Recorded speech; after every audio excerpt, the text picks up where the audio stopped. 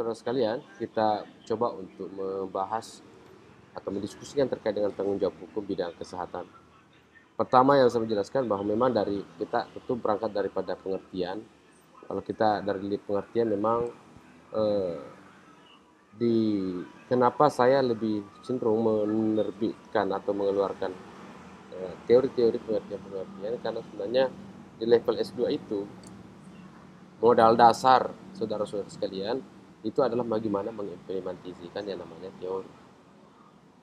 Kalau kemudian di S1 bagaimana menemukan teori, kalau kemudian di S2 Anda harus bagaimana mencoba untuk mengimplementasikan suatu teori. Lalu kemudian, nah untuk itu saya pikir bahwa kita lebih banyak harus melihat banyak teori-teori pandangan-pandangan atau dalil-dalil yang dijadikan sebagai dasar di dalam melakukan suatu upaya dalam rangka membahas suatu masalah yang ada pada bidang kesehatan. Jadi dari segi tanggung jawab, yang pertama kita lihat bahwa dari segi kamus memang melihat bahwa dia adalah kewajiban menanggung segala sesuatu. Keadaan wajib menanggung sesuatu. Artinya bahwa kalau kita mengatakan bahwa itu adalah tanggung jawab Anda, kita itu adalah tanggung jawab kita, maka kemudian tentu yang ada dalam mindset kita ketika kita mengatakan tanggung jawab, maka dia harus menanggung. Kalau kemudian misalnya ada mengatakan pemerintah punya tanggung jawab terhadap kesehatan atau corona ini, maka tidak hanya sekedar di mulut saja berbicara tentang tanggung jawab, tapi hal-hal yang terkait dengan implikasi akibat yang muncul daripadanya, maka itu dia harus menanggung. Itu dalam perspektif teori ya, itu dalam perspektif konsep pengertiannya. Gitu. Jadi kalau dalam pendekatan itu maka kita mengatakan bahwa yang namanya Anda bertanggung jawab, maka dia harus menanggung. Kalau suami bertanggung jawab kepada istri, maka suami harus bertanggung jawab kepada istri. Dia harus menanggung gitu. Dia harus menanggung kerugian-kerugian yang timbulkan oleh karena perbuatan sang suami misalnya, atau perbuatan sang perawat atau dokter. Nah, kalau terjadi apa-apa boleh dituntut. Tentu kalau terjadi apa-apa boleh dituntut, itu kalau kita berbicara dalam perspektif hukum. Maka tentu ketika terjadi apa-apa maka itu dapat dituntut. Dan tentu itu dipersalahkan. Artinya ketidakmampuannya atau kelalaiannya atau tindakan oleh karena berakibat pada orang lain di mana itu berada pada tanggung jawabnya, maka tentu orang yang bertanggung jawab tersebut itu dapat dipersalahkan. Itu tentu dapat dipersalahkan. Nah, terus kemudian kita melihat bahwa apalagi diperkirakan dan sebagainya. Nah, menurut hukum, kalau kita melihat misalnya dalam perspektif hukum bahwa tanggung jawab adalah sesuatu akibat atas konsekuensi kebebasan seorang. Jadi oleh karena adanya suatu kebebasan kita tentang perbuatan yang berkaitan dengan etika atau moral dalam melakukan suatu perbuatan. Itu adalah konsekuensi dari kebebasan kita. Maksudnya kebebasan itu dalam arti adalah tidak ada batas kita untuk kemudian bertemu dengan orang. Tidak ada batas kita untuk bersilaturahmi dengan orang, kontak fisik dengan orang, bertemu dengan orang. Tetapi ingat bahwa ketika kita kemudian melakukan suatu melakukan suatu komunikasi atau kontak fisik dengan orang, itu dapat saja terjadi atau tercipta yang namanya suatu akibat-akibat yang ditimbulkan daripadanya pertemuan tersebut. Ibaratkan begini deh, sederhananya, kalau ada besi ketemu besi, ketika terjadi benturan, maka tentu ada percikan. Percikan itu ketika ada yang kena sana, maka itu telusuri siapa yang bertanggung jawab atas terbitnya percikan tersebut. Kira-kira seperti itu. Jadi kita bebas, sesungguhnya kita bebas untuk kemudian melakukan apa saja. Jadi tapi membatasi kita hak asasi manusia. Mari kita lihat. Kalau kita mau porsis sejak lahir sesungguhnya kita itu, kalau kita mau melihat dalam perspektif hak asasi manusia, sejak lahir kita sesungguhnya itu kita memiliki 100% yang namanya hak asasi manusia. Hak asasi manusia dan kebebasan manusia. Hak asasi manusia dan kebebasan manusia itulah kemudian diserahkan 10% untuk hukum. Saya ulangi, 100% sesungguhnya kebebasan kita sejak lahir. Bebas apapun kita. Tapi setelah kemudian berproses dengan menggunakan akal pikiran manusia, maka 10%-nya itu diserahkan kepada hukum. 90%, jadi hak itu tinggal 10%. Hak kita itu tinggal 90%. Tapi hukum datang bukan diserahkan begitu saja, tapi diserahkan untuk melindungi yang 90% itu tadi. Hukum diserahkan 10%, tanggung jawabnya untuk melindungi hak asasi manusia yang berjumlah 90%. Walaupun begitu porsinya kecil hukum, tapi hukum memiliki suatu kewenangan. Jadi kalau misalnya kalau kita biasa mengatakan begini, saya diskusi panjang dengan teman-teman kemarin tadi malam dari Dikti. Saya mengatakan bahwa biar kecil kita punya jabatan, tapi kan besar kita punya kewenangan. Daripada besar tinggi kita punya jabatan, tapi kewenangan tidak ada. Itu maksudnya, hukum itu kecil dia punya porsi jabatan hukum, karena dia hanya melindungi HAM. Tetapi dia punya kewenangan yang luar biasa sekali untuk mengatur segala tatanan yang ada. Bahkan sebaliknya, dapat saja merusak segala tatanan yang ada. Nah, tergantung kita mempersepsikan hukum sebagai apa, karena bagaimanapun juga itu hukum itu adalah tools. Hukum itu adalah alat. Alat itu seperti pisau, HP, handphone. Dia adalah alat komunikasi, tapi dipakai melempar mangga kan boleh juga.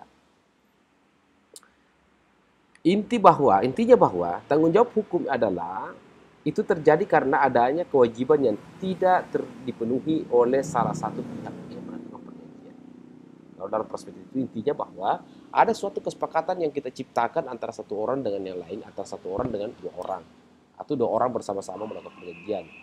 Nah, inti dari pertanggungjawaban itu adalah dia terjadi karena adanya kewajiban orang pertama terhadap orang kedua yang tidak terpenuhi, atau orang kedua kepada orang pertama yang tidak terpenuhi. Itulah kemudian tercipta yang namanya tanggung jawab. Jadi terhadap adanya terhadap adanya suatu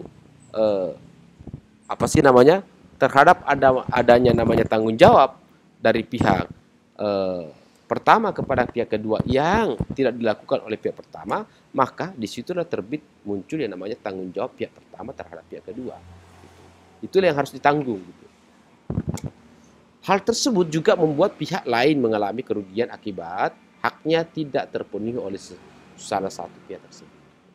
Ya tentu kemudian karena ada pihak yang kemudian merasa rugi atas pihak kedua merasa rugi atas tindakan daripada pihak pertama atas perbuatan tersebut. Referensi Anda lihat dari kamus lah intinya nanti ke depan. Nah, kalau lebih spesifik lagi tanggung jawab hukum tadi secara umum saya gambarkan. Nah, kalau kita melihat lagi dari perspektif tanggung jawab perdata, itu pada sesungguhnya hukum perdata merupakan tanggung jawab seseorang terhadap perbuatan yang melawan hukum. Intinya adalah melawan hukum.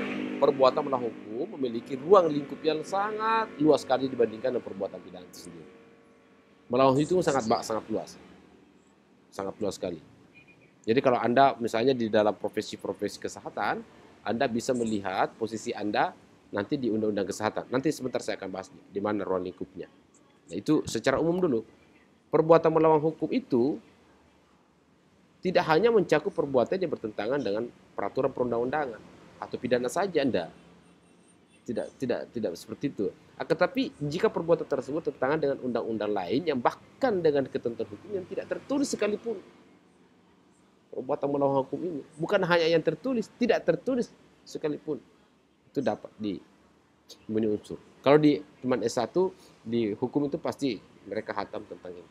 Tapi saya mencoba untuk memancing Anda untuk ke situ supaya kita bisa memahami secara umum bahwa terkadang dalam dunia profesi kesehatan itu tentu juga ada hal-hal ilmu lain yang perlu kita coba untuk memiliki ketahuan. Ketentuan perundang-undangan dari pembuat pelawan hukum bertujuan untuk melindungi dan memberikan ganti rugi kepada pihak yang dirugikan. Nah, jadi bahwasanya aspek melawan hukum itu Artinya bahwa yang kita harapkan itu adalah melindungi dan memberikan ganti rugi kepada pihak yang merugikan atas tanggung jawab kita tadi, yang kemudian berakibat pada orang lain yang adanya orang merasa rugi atas perbuatan kita. Maka sesungguhnya bagaimana supaya tercipta orang yang merasa rugi itu kita dapat memberikan ganti rugi, ya walaupun ganti tapi tetap rugi ya, terhadap orang yang tindakan kita. Itulah tanggung jawab yang secara umum yang dimaksudkan dengan tanggung jawab dalam bidang hukum. Selanjutnya adalah, nah mari kita lihat ada sebenarnya berbagai macam tanggung jawab kalau secara kalau kita mau mengambil secara konseptualnya, secara umum. Nah, kita lihat ada tanggung jawab individu. Hakikatnya sesungguhnya hanya masing-masing individu dan dapat bertanggung jawab. Ya, hanya dapat individu saja. Frederick mengatakan begini, semua bentuk dari apa yang disebut dengan tanggung jawab kolektif mengacu pada tanggung jawab individu. Jadi sesungguhnya walaupun itu ada dalam suatu kolektivitas, maka tentu dia tetap harus berada pada suatu pertanggungjawaban individu. Saya kira juga kalau dalam perspektif agama, itu terkadang juga kita melihat adanya tanggung jawab individu di dalam perbuatan-perbuatan kita. Jadi sekarang sesuatu apa yang kita lakukan di muka bumi ini, ya kelak akan dipertanggungjawabkan tidak secara kolektivitas, tapi akan dilakukan secara individu. Gitu. Ada juga tanggung jawab kebebasan dan tanggung jawab tidak dapat dipisahkan. Kebebasan yang tidak dapat dipisahkan dengan kebebasan. Orang dapat bertanggung jawab terhadap tindakannya dan mempertanggungjawabkan perbuatannya hanya orang yang mengambil keputusan dan bertindak tanpa tekanan dari pihak manapun atau secara bebas. Ada juga yang kita sebut dengan tanggung jawab sosial. Itu bagaimana modelnya yang dimaksud dengan tanggung jawab sosial secara umum, hubungan kita terhadap orang lain. Karena di dalam, misalnya kalau kita melihat di dalam komunikasi kan kita kenal namanya interaksi individu dengan individu, individu dengan sosial, sosial dengan individu, sosial dengan sosial. Kira-kira begitu. Jadi itulah kemudian dapat terjadi suatu peristiwa, baik peristiwa sosial maupun peristiwa hukum yang kemudian di mana hanya adanya tanggung jawab yang lahir terhadap perbuatan kita terhadap orang lain. Ada juga tanggung jawab terhadap orang lain. Setiap manusia mempunyai kemungkinan dan di banyak situasi juga kewajiban moral atau hukum untuk bertanggung jawab terhadap orang lain. Ya, kurang lebih kalau kita biasa berpikir, sesungguhnya kita melihat secara filosofi, makna hidup ini sebenarnya apa? Tujuan hidup kita sesungguhnya terkadang kita berpikir, berenung, ini apa tujuan hidup kita? Kita misalnya dapat gaji 5 juta nih per bulan. Dapat 50 juta nih misalnya per bulan.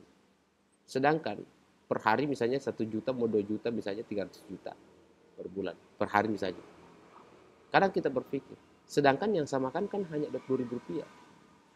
Tujuan hidup kalau untuk makan, tujuan kita bekerja kalau hanya untuk makan, maka kita bekerja hanya membutuhkan uang 20.000 rupiah atau 40.000 rupiah untuk hidup. Itulah dimakan pagi 10.000, saya kira sudah cukup untuk tempe, makanan misalnya, nanti sebentar siang sayurnya dengan nasi, malamnya ikan. Ya saya pikir 30.000 sampai 50.000 lah hidup kita. Kalau kebutuhannya berlandaskan kebutuhan. Lalu kemudian kalau kita berpikir untuk apa kemudian kita mendapatkan kemana gaji yang kita peroleh dengan begitu besar. Ternyata kalau saya melihat bahwa itu ternyata kita bekerja tak lain tak bukan itu untuk orang lain. Itu merupakan tanggung jawab kita kepada orang lain untuk mengabdi kepada orang lain dan untuk memberikan sesuatu kepada orang lain. Dalam perspektif Islam, dalam suatu kisah, bukan kisah ya, dalam suatu kisah perjalanan Nabi, dia melihat bahwa ternyata banyak orang yang mau kembali ke dunia setelah dia meninggal, oleh karena dia tidak pernah bersedekah misalnya. Artinya apa? Kalau kita melihat bahwa sesungguhnya hidup kita itu adalah pengabdian. Kita mencari rezeki, jabatan tinggi, yang kita cari hanya 50.000 per hari. 30.000 rupiah sampai 50.000 per hari. Hanya untuk makan minum saja. Selebihnya untuk siapa? Untuk orang lain. Siapa itu orang lain? Anak kita kan orang lain. Istri kita kan lebih-lebih orang lain. Mertua kan lebih-lebih orang lain. Orang tua kita kan juga orang lain. Maksudnya orang lain adalah orang di luar daripada diri kita yang sesungguhnya kita akan mempertanggungjawabkan diri kita dan kemudian kita akan bertanggung jawab nanti secara terhadap orang lain, kepada orang tua, kepada keluarga, kepada sahabat dan seterusnya kepada teman-teman kantor, sejawat dan lain-lain. Jadi sesungguhnya ada, nah saudara-saudara sekalian, hal-hal inilah semua tanggung jawab individu, ya, kedekatan individu, tanggung jawab. Tetapi ini sebenarnya menjadi tanggung jawab kita. Di lain sini ini juga menjadi faktor-faktor yang dapat mempengaruhi, yang namanya pelaksanaan kode etik di dalam profesi kesehatan. Ini juga yang dapat menjadi penyebab faktor masyarakat, ya, faktor diri kita dan faktor orang lain yang dapat mengaruhi keluarga dan sebagainya, yang dapat mempengaruhi daripada sikap-sikap kita dalam melakukan suatu tindakan secara profesional. Tanggung jawab di bidang pelayanan kesehatan yang terakhir saya sampaikan kepada kita semua adalah bisa dilihat tanggung jawab dalam hukum kesehatan dalam pasal 58 Undang-Undang Nomor 36 tahun 2009. Yang pertama kita melihat secara ukurannya, yang dimaksud dengan tanggung jawab adalah setiap orang berhak menuntut ganti rugi terhadap seseorang. Ingat, setiap orang berhak menuntut ganti rugi terhadap seseorang. Satu, tenaga kesehatan atau penyelenggara kesehatan yang menimbulkan kerugian atas kesalahan atau kelalaian dalam pelayanan kesehatan yang diterimanya. Atas kelalaian dalam pelayanan kesehatan yang diterima oleh seseorang itu, maka itu harus dipertanggungjawabkan. Sebagai sebuah contoh, kelalaian yang dimaksudkan adalah, saya berkali-kali sampaikan, kita bedah orang, tapi ada di situ jarum yang tersimpan di dalam perut orang, lalu kemudian kita jahit kembali perutnya. Lalu kemudian tentu itu kita anggap dan meninggal atau ada akibat yang terjadi, maka itu harus dipertanggungjawabkan. Itu harus dipertanggungjawabkan. Karena di sini dikatakan kutubnya adalah setiap orang, jadi semua manusia ini berhak menuntut ganti rugi terhadap seseorang, terhadap orang. Apa? Orang dengan orang. Siapa dengan siapa? Klien dengan klien misalnya dengan pelayan kesehatan, dengan pelayanan. Orang satu, orang dua. Kalau kita kata tenaga kesehatan, berarti kan pasien gitu. Siapa lagi? Penyelenggara kesehatan, berarti kan pasien. Siapa? Kenapa ini pelayan kesehatan? Kenapa ini tenaga kesehatan? Ya, dia melakukan suatu tindakan yang menimbulkan kerugian. Dia melakukan suatu aktivitas, dia melakukan suatu kegiatan di dalam profesi tenaga kesehatannya dan atau menjalankan kesehatan, dan berakibat pada tindakan itu terjadi yang namanya kerugian kepada orang lain. Bagaimana bentuk kerugiannya? Ya, dia rugi orang lain karena kelalaiannya, akibat dari kelalaian dalam memberikan pelayanan kesehatan. Jadi kelalaian sekalipun itu sesungguhnya dalam undang-undang ini maka diatur bahwa itu merupakan suatu peristiwa hukum yang dimana harus ada yang bertanggung jawab di dalam tenaga, baik itu tenaga kesehatan maupun penyelenggara kesehatan yang menimbulkan kerugian kepada individu. Siapapun itu individu misalnya yang dilayani. Itu satu. Yang kedua, tuntutan ganti rugi sebagaimana dimaksud tidak berlaku bagi tenaga kesehatan yang melakukan tindakan penyelamatan nyawa. Tapi ingat, tidak berlaku bagi tindakan penyelamatan nyawa atau pencegahan kecacatan seorang dalam keadaan darurat. Kalau dalam keadaan darurat. Tentu saudara-saudara sekalian, ya saya lengkapi dulu. Kemudian yang ketiga, ketentuan mengenai tata cara pengajuan tuntutan sebagaimana dimaksud, ya sesuai dengan peraturan perundang-undangan. Tentu ada mekanisme-mekanismenya ya, buku perdata kita tadi saya katakan, yang ada mekanisme yang kita bisa lakukan. Nah, yang saya terakhir ingin komentari terkait dengan penyelamatan nyawa atau pencegahan kecacatan seseorang dalam keadaan darurat adalah tentu itu terkait dengan dalam keadaan tidak tidak dia hanya terkecuali pada keadaan darurat. Artinya sama sekali tidak ada jalan untuk kita harus melakukan, maka kita dalam keadaan darurat itu dikecualikan. Tapi ingat, bagi saya dalam perspektif hukum administrasi, maka tentu semua ini harus dilandaskan oleh sebuah klausa-klausa atau berdasarkan pada kebijakan-kebijakan dan regulasi yang paling tidak sekalipun undang-undang ini mengecualikan di keadaan darurat, maka itu harus dituangkan dalam standar operasional prosedur. Saya ulangi, sekalipun itu dibebaskan dalam keadaan darurat, maka semua itu harus dituangkan dalam standar operasional prosedur sebagai landasan dan pedoman acuan dan juknis di dalam melaksanakan aktivitas bagi ketenaga kesehatan dan untuk melaksanakan aktivitas bagi pelayanan kesehatan. SOP ini merupakan suatu jimat-jimat bagi saya dalam perspektif hukum administrasi. Jimat kenapa saya katakan? Karena ia merupakan suatu balat yang dapat membantu kita.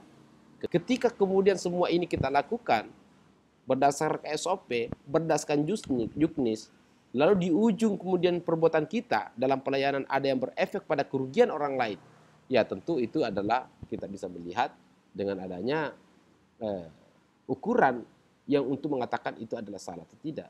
Nah tentu itulah jalan untuk bisa kita tempuh dalam rangka untuk kita bisa selamat, kita bisa aman, dan kita bisa nyaman dalam melaksanakan pelayanan kesehatan. Saya kira seperti itu saudara-saudara sekalian yang saya bisa sampaikan. Mohon maaf kalau selama Zoom ini tentu tidak begitu maksimal materi yang saya sampaikan.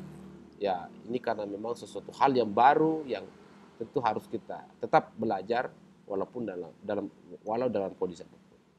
Sekian yang saya bisa sampaikan kepada Bapak Ibu sekalian. Sekian. Assalamualaikum warahmatullahi wabarakatuh. Waalaikumsalam warahmatullahi wabarakatuh. Waalaikumsalam warahmatullahi wabarakatuh.